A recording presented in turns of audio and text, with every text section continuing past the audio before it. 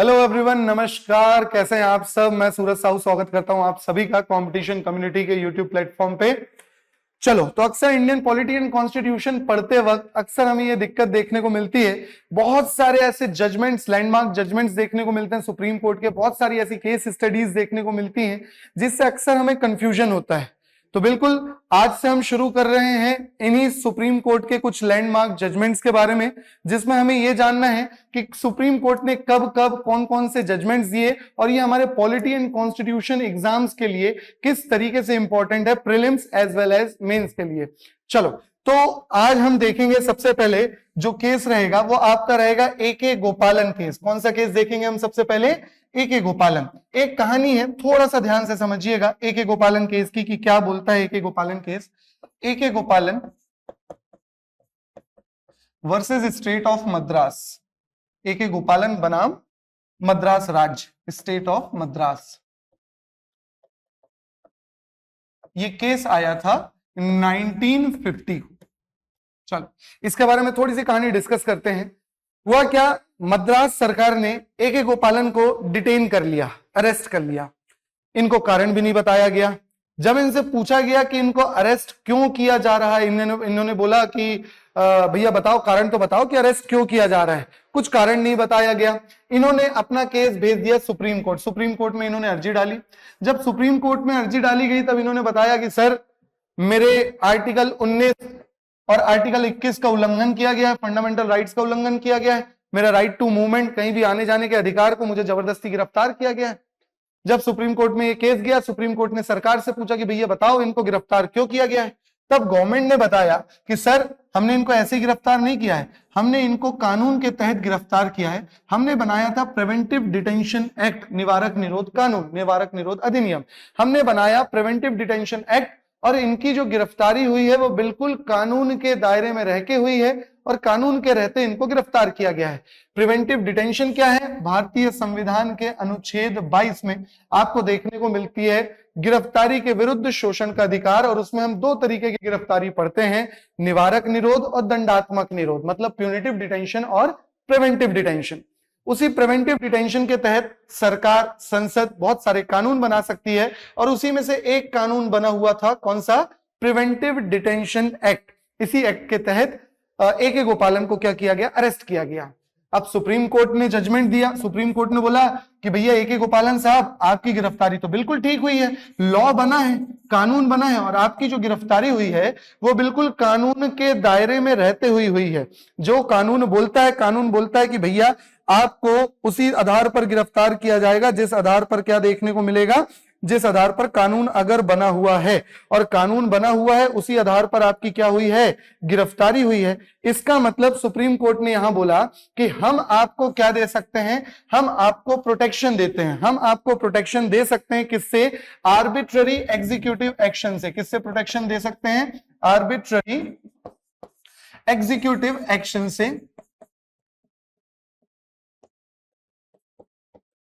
ठीक है, हम आपको आर्बिट्ररी एग्जीक्यूटिव एक्शन से प्रोटेक्शन दे सकते हैं कि अगर मान लो नियम कानून ना होता और कोई कार्यपालिका आके जबरदस्ती आपको गिरफ्तार कर लेती, तब हम आपकी रक्षा करते। लेकिन हम आपकी प्रोटेक्शन किससे नहीं कर सकते? इससे हम आपकी प्रोटेक्शन कर सकते हैं, हम आपकी प्रोटेक्शन नहीं कर सकते आर्बिट्ररी लेजिस्लेटिव एक्शन से। एक्शन, इसका मतलब समझेंगे। आर्बिट्ररी मतलब होता है मनमाना, एग्जीक्यूटिव मतलब होता है कार्यपालिका, और एक्शन मतलब कार्रवाई। मतलब कार्यपालिका की अगर कोई मनमानी कार्रवाई हो तो हम आपकी रक्षा करेंगे भाई, बिल्कुल करेंगे। लेकिन भैया विधि बना दी गई है, विधि की मनमानी कार्रवाई, हम उससे रक्षा नहीं करेंगे। ए.के. गोपालन केस में सुप्रीम कोर्ट ने यह बोल दिया गया। मतलब सुप्रीम कोर्ट के जजमेंट से यह तय हो गया कि आर्टिकल 21 का दायरा जो है वो बहुत ही क्या है? लिमिटेड है। बहुत ही क्या है? लिमिटेड है। बहुत ही सीमित कर दिया गया आर्टिकल 21 के दायरे को ए.के. गोपालन केस में। ऐतिहासिक जजमेंट था। आओ अब देखते हैं कि ए.के. गोपालन केस क्या बोलता है। सुप्रीम कोर्ट ने फैसला सुनाया कि अनुच्छेद 21 के तहत संरक्षण केवल मनमाने कार्यकारी कार्रवाई के खिलाफ उपलब्ध है। मतलब किसके खिलाफ उपलब्ध है? आर्बिट्ररी एग्जीक्यूटिव एक्शन से मिल रही है, ना कि आर्बिट्ररी लेजिस्लेटिव एक्शन से। ठीक है, मनमाने कार्यकारी कार्रवाई के खिलाफ उपलब्ध है, ना कि मनमाने विधायी कार्रवाई के खिलाफ। सुप्रीम कोर्ट ने माना कि निरोध अधिनियम के प्रावधानों के तहत अनुच्छेद 13, 19 और 22 में निहित एफआईआर या फंडामेंटल राइट्स का कोई उल्लंघन नहीं था अगर हिरासत कानून द्वारा स्थापित प्रक्रिया के अनुसार हुई थी। अब इसका मतलब क्या हुआ? सुप्रीम कोर्ट ने यह स्टेटमेंट भी बोला कि यहां पे ये जो भी चीज देखने को मिल रही है कि आर्टिकल 21 का आपका उल्लंघन हो रहा है, लाइफ एंड लिबर्टी का उल्लंघन अगर हो रहा है, प्राण एवं दैहिक स्वतंत्रता का उल्लंघन अगर हो रहा है, तो सुप्रीम कोर्ट ने यहां पर जजमेंट दी कि भाई साहब ए.के. गोपालन साहब, आपके प्राण एवं दैहिक स्वतंत्रता का उल्लंघन नहीं हो रहा है। क्यों? क्योंकि यहां पे फॉलो किया जा रहा है प्रोसीजर एस्टेब्लिश्ड बाय लॉ, क्योंकि आर्टिकल 21 ही बोलता है प्रोसीजर एस्टेब्लिश्ड बाय लॉ, जो हमारे संविधान में जापान से ली गई है, एस्टेब्लिश्ड बाय लॉ। कानून के द्वारा स्थापित प्रक्रिया, क्या बोला जाएगा? कानून के द्वारा स्थापित प्रक्रिया, ऐसी प्रक्रिया जो कानून में बना दी गई है, ऐसी प्रक्रिया जो ऑलरेडी विधि में देखने को मिलती है, और अगर उस प्रक्रिया को फॉलो करते हुए, कानून को फॉलो करते हुए अगर कोई भी काम किया गया है तो वो सही है, जस्ट है, फेयर है, ऐसा बोल दिया गया ए.के. गोपालन केस में। किसमें? सुप्रीम कोर्ट ने ऐसा जजमेंट दिया और आर्टिकल 21 को बहुत ही लिमिटेड कर दिया कि भैया विधि द्वारा स्थापित प्रक्रिया के द्वारा हुई है तो हम उस प्रक्रिया को फॉलो करेंगे। इसी के साथ सुप्रीम कोर्ट ने जीवन के अधिकार का मतलब सिर्फ पशुवत अस्तित्व जीने का अधिकार है। सुप्रीम कोर्ट ने अनुच्छेद 21 को संकीर्ण व्याख्या की। संकीर्ण व्याख्या मतलब भैया जीने का अधिकार है, लेकिन कानून बन गया तो फिर हम ऐसी कुछ भी चीज कर वो गारंटी नहीं लेते हैं, ऐसा किसने बोला? सुप्रीम कोर्ट ने। लेकिन कुछ समय बाद क्या हुआ? एक और केस देखने को मिलता है, वह केस था आपका मेनका गांधी केस। कौन सा केस देखने को मिलता है? मेनका गांधी केस। थोड़ा सा मेनका गांधी केस के बारे में जानते हैं। मेनका गांधी केस क्या हुआ करता है? ये मामला आया 1978 में versus union of India. Indira Gandhi ji के बेटे संजय गांधी जी की वाइफ हुआ करती थी। अब मेनका गांधी केस में यह देखने को मिलता है कि सरकार ने इनका पासपोर्ट रख लिया। सरकार ने इनका क्या रख लिया? पासपोर्ट रख लिया।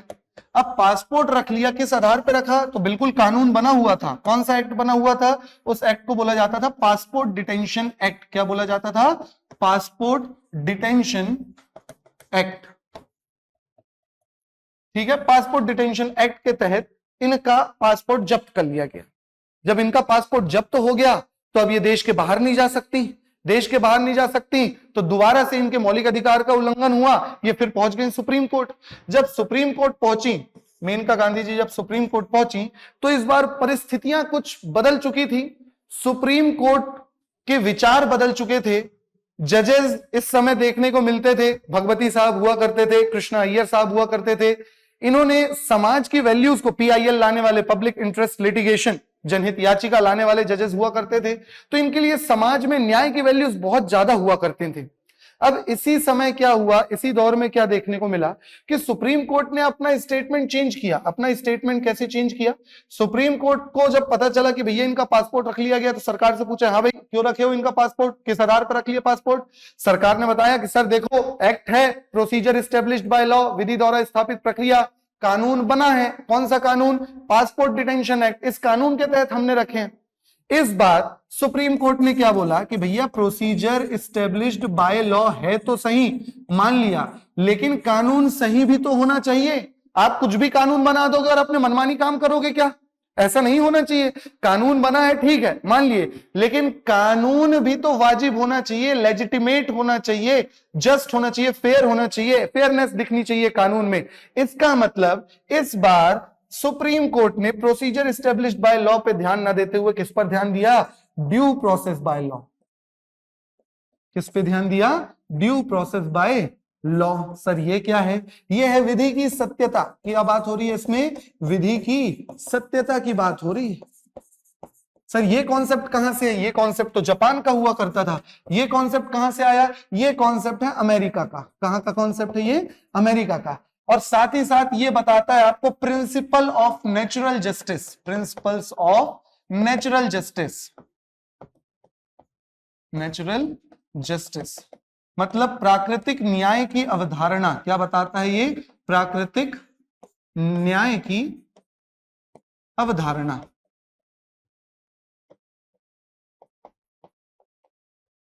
सर प्राकृतिक न्याय क्या है? प्राकृतिक न्याय का मतलब वही है कि भैया दिख तो रहा है सामने वाला गलत है, लेकिन उसके खिलाफ कोई सबूत नहीं है, लेकिन अब हम केवल सबूतों के आधार पर उसको नहीं जाने दे सकते, या केवल कानून बना है तो उसके लिए किसी का शोषण हो जाए हम ये बर्दाश्त नहीं कर सकते। हमें यह भी देखना पड़ेगा कि वो कानून सही है या नहीं है। तो ड्यू प्रोसेस बाय लॉ क्या देखने को मिलता है? ड्यू प्रोसेस बाय लॉ कानून की सत्यता देखता है। भैया कानून बना है नहीं बना हमें उससे मतलब नहीं, बना है वो तो ठीक है, अच्छी बात है, लेकिन वो कानून सही भी होना चाहिए, कानून लेजिटिमेट होना चाहिए। कानून बना है इस नाम पे आप किसी के शोषण का मतलब किसी के अधिकारों का शोषण नहीं कर सकते। इसी प्रोसेस को बोला गया क्या? Due process by law. America की देन देखने को मिलती है। कहां से देन है ये? अमेरिका से इसकी शुरुआत हुई है। तो इस बार सुप्रीम कोर्ट ने अपना फैसला चेंज कर दिया। सुप्रीम कोर्ट ने बोला कि भैया कानून है वो तो ठीक है, जो आपने प्रिवेंटिव डिटेंशन एक्ट बनाया ये कानून बिल्कुल ठीक है, जरूरी है इसका होना, क्योंकि कई लोग ऐसे होंगे जो जिनको देश के बाहर निकलने से अगर रोकना होगा तो उनका हम पासपोर्ट रख सकते हैं, बिल्कुल ठीक है। लेकिन इस केस में, इस मामले में जो आपने पासपोर्ट रखा है इनका, ये इलीगल है। आपको मेनका गांधी को रिलीज करना होगा, आपको इनको क्या करना होगा? छोड़ना होगा। सुप्रीम कोर्ट ने अपने पिछले फैसले को चेंज करते हुए इस बार एक नया फैसला दिया और यहां से शुरू होती है ड्यू प्रोसेस बाय लॉ की शुरुआत होती है। इसी के साथ साथ अब सुप्रीम कोर्ट का कहना यह था कि हम आर्बिट्ररी एग्जीक्यूटिव एक्शन और आर्बिट्ररी लेजिस्लेटिव एक्शन दोनों से आपकी रक्षा करेंगे। आर्बिट्ररी लेजिस्लेटिव एक्शन मतलब अब सुप्रीम कोर्ट केवल आर्बिट्ररी एग्जीक्यूटिव एक्शन से नहीं, अब सुप्रीम कोर्ट आपकी दोनों से ही क्या कर रही है? रक्षा कर रही है। By the case of Maneka Gandhi case 1978, इस केस से सुप्रीम कोर्ट की धारणा बहुत क्लियर हो गई और सुप्रीम कोर्ट के ने एक और जजमेंट दिया इसी में। पिछले ए के गोपालन केस में क्या बोला गया था कि आर्टिकल 19 अलग है, आर्टिकल 21 अलग है, दोनों अलग अलग तरीके से आपकी रक्षा करते हैं। इस केस में क्लियर बोल दिया गया कि भैया आर्टिकल 19, आर्टिकल 21 और आर्टिकल एक और लिया इन्होंने 14। कौन कौन सा आर्टिकल? आर्टिकल 14, आर्टिकल 19 और अनुच्छेद 21, मतलब आर्टिकल 21, ये तीनों एक दूसरे से संबंधित हैं और इन तीनों को संबंधित बताते हुए सुप्रीम कोर्ट ने इन तीनों को मिला के बोला गया कि द गोल्डन ट्राइंगल, ये क्या है? द गोल्डन ट्राइंगल, मतलब इसी को मिलाते हुए सुप्रीम कोर्ट ने क्या बोला? ये है दी गोल्डन ट्राइंगल, स्वर्णिम त्रिभुज की संज्ञा दी। किसको संज्ञा दी? आर्टिकल 14 को, आर्टिकल 19 को और आर्टिकल नंबर 21 को। ये तीनों एक दूसरे से संबंधित हैं और इसको गोल्डन ट्राइंगल की संज्ञा दी गई। किसके द्वारा ये संज्ञा दी गई? By the supreme court of India. Supreme court sir ऐसा कैसे कर सकता है? सुप्रीम कोर्ट बिल्कुल कर सकता है, क्योंकि सुप्रीम कोर्ट को ही बोला जाता है interpreter of the constitution. Interpreter of constitution, interpreter of constitution मतलब क्या हुआ? संविधान की व्याख्या, संविधान की व्याख्या, संविधान की व्याख्या। ये सुप्रीम कोर्ट ही है जो संविधान की व्याख्या कर सकता है। सर व्याख्या मतलब ये, पहले सुप्रीम कोर्ट को 1950 में क्या लग रहा था कि भैया कानून तो बना हुआ है तो हमें कानून को फॉलो करना पड़ेगा, तो वहां पे उन्होंने ए के गोपालन को, मतलब ए के गोपालन को जीत नहीं दी। ए के गोपालन उस केस को हार गए थे, बेचारे जेल में थे, डिटेन ही रहे हैं। लेकिन सुप्रीम कोर्ट के पढ़ने की चीजों में, समझने की चीजों में एक अंतर दिखा। बाद में सुप्रीम कोर्ट को लगा कि नहीं यार, कानून है इसका मतलब क्या? किसी का भी शोषण हो सकता है कानून के द्वारा, तो इसका मतलब यह है कि कानून तो है लेकिन कानून में भी क्या होनी चाहिए? सत्यता होनी चाहिए। कानून भी जस्ट एंड फेयर होना चाहिए, कानून में फेयरनेस देखने को मिलनी चाहिए। तो इस चीज की शुरुआत हुई पहली बार कौन से केस से? मेनका गांधी केस 1958। और इसी के साथ साथ एक और चीज क्या देखने को मिली? आर्बिट्ररी एग्जीक्यूटिव एक्शन के साथ साथ आर्बिट्ररी लेजिस्लेटिव एक्शन से भी अब सुप्रीम कोर्ट हमारी क्या करता है? रक्षा करता है। इसी के साथ साथ एक और कॉन्सेप्ट देखने को मिला। कौन सा कॉन्सेप्ट? दी गोल्डन ट्राइंगल। कौन सा कॉन्सेप्ट देखने को मिला? द गोल्डन ट्राइंगल, जिसमें कौन कौन से आर्टिकल देखने को मिलते हैं? आर्टिकल 14, 19 और 21। चलो आओ पढ़ते हैं मेनका गांधी केस के बारे में। इस मामले में एक मुख्य मुद्दा यह था कि क्या विदेश जाने का अधिकार, ये एक चीज छूट गई। देखो कौन सा मुद्दा आया? Right to travel abroad, right to travel abroad. ये अब आपका क्या हो गया? एक बेसिक फंडामेंटल राइट है अंडर आर्टिकल 21। अंडर आर्टिकल 21 ये भी क्या आ गया? इसी केस से ये जजमेंट आया और बोला कि भैया कहीं आना जाना, ये व्यक्ति का जीवित है तो उसकी इच्छा से वह कहीं आ जा सकता है, विदेश ट्रेवल कर सकता है। आप किसी का पासपोर्ट ऐसे नहीं रख सकते। तो इसी से हुआ विदेश जाने का अधिकार अनुच्छेद 21 के तहत व्यक्तिगत स्वतंत्रता के अधिकार का हिस्सा है। सुप्रीम कोर्ट ने माना कि यह व्यक्तिगत स्वतंत्रता के अधिकार में शामिल है, उस व्यक्ति का स्वयं का अधिकार है ये। न्यायालय ने विधि द्वारा स्थापित प्रक्रिया, प्रोसीजर एस्टेब्लिश्ड बाय लॉ, से विधि की उचित प्रक्रिया, क्या देखा है, विधि की उचित प्रक्रिया मतलब ड्यू प्रोसेस बाय लॉ की ओर कदम बढ़ाया और अनुच्छेद 21 के दायरे को क्या कर दिया, बहुत ही ज्यादा विस्तृत कर दिया। आज के समय में अनुच्छेद 21 में एक से एक आपको अधिकार देखने को मिलते हैं, करीब ऐसे 35 तरीके के अधिकार हैं। राइट टू स्लीप, सोने का अधिकार, राइट टू वॉक, चलने का अधिकार, right to eat, right to drink, right to shelter, ये राइट टू लिवलीहुड, ये सारे अधिकार आपको किसके अंदर देखने को मिलता है, आर्टिकल 21। ऐसा लिखा नहीं है, लेकिन सुप्रीम कोर्ट ने बोला कि भैया ये उसकी आत्मा है। जैसे हमारे शरीर में एक आत्मा होती है, हम ऐसा मानते हैं, कहां होती है, सर में या पैर में, ऐसा कुछ फिक्स नहीं है, होती है। उसी तरीके से क्या देखा जाता है, क्या बोला जाता है, उसी तरीके से संविधान की भी ये क्या है, आर्टिकल 21 के अंदर ये उसकी आत्मा है। अगर जीने का अधिकार है तो जीवन ऐसा जीना है कि जैसे जिंदा तो पशु भी है, पशु के जैसा नहीं जीना है, आपको अपनी गरिमा मान सम्मान के साथ जीना है। और अगर जीवन अच्छे से जीना है तो ये सारे अधिकार एक व्यक्ति के पास होने चाहिए, ये उसके व्यक्तिगत अधिकार है। ठीक है, इसी के आगे देखो, जीवन के अधिकार का अर्थ है मानवीय गरिमा के साथ जीवन जीने का अधिकार और अन्य सभी अधिकार जो गरिमापूर्ण जीवन जीने के लिए आवश्यक हैं, उन्हें अनुच्छेद 21 के तहत संरक्षित किया जाएगा। ऐसे करीब 35 चीजें हैं, 35 अधिकार हैं जो सुप्रीम कोर्ट ने आर्टिकल 21 के तहत संरक्षित किए हैं। राइट टू मैरी, अपनी इच्छा से विवाह करने का अधिकार आपको, जिससे हाँ वो ऑब्वियस है, नाबालिग नहीं होने चाहिए आप, आपकी एज होनी चाहिए। बाकी अपनी इच्छा से क्या करने का अधिकार, विवाह करने का अधिकार किसमें देखने को मिलता है, आर्टिकल नंबर 21 में ही देखने को मिलता है। व्यक्तिगत स्वतंत्रता और अनुच्छेद 19 के तहत स्वतंत्रताएं एक दूसरे की पूरक हैं। न्यायालय ने यह भी घोषित किया कि अनुच्छेद 14, अनुच्छेद 19 और अनुच्छेद 21 समानता, स्वतंत्रता और गरिमा का स्वर्णिम त्रिभुज बनाते हैं। क्या बनाते हैं, स्वर्णिम त्रिभुज। स्वर्णिम त्रिभुज मतलब दी गोल्डन ट्राइंगल, किसकी बात कर रहे हैं, दी गोल्डन ट्राइंगल, देख चुके हैं हम। सुप्रीम कोर्ट ने यह भी फैसला सुनाया कि केवल एक सक्षम कानून का अस्तित्व व्यक्तिगत स्वतंत्रता को नियंत्रित करने के लिए पर्याप्त नहीं है, ऐसा कानून न्याय संगत, निष्पक्ष और उचित भी होना चाहिए। मतलब अगर केवल कानून है, इसका मतलब केवल कानून बना दिया और हम जो करना चाहें हम कर लें, ऐसा नहीं है भाई। कानून की सत्यता भी जांची जाएगी। कौन से एक्ट से देखने को मिला सुप्रीम कोर्ट का ये decision, Maneka Gandhi act, Maneka Gandhi case 1978। तो मैं उम्मीद करता हूं कि आप लोगों को आज के ये 2 केसेस समझ में आए होंगे। 2 केस हमने कौन कौन से देखे, AK गोपालन केस और मेनका गांधी केस। ये दोनों केस संबंधित थे, इसलिए इन दोनों को इसको मैंने एक साथ लाया।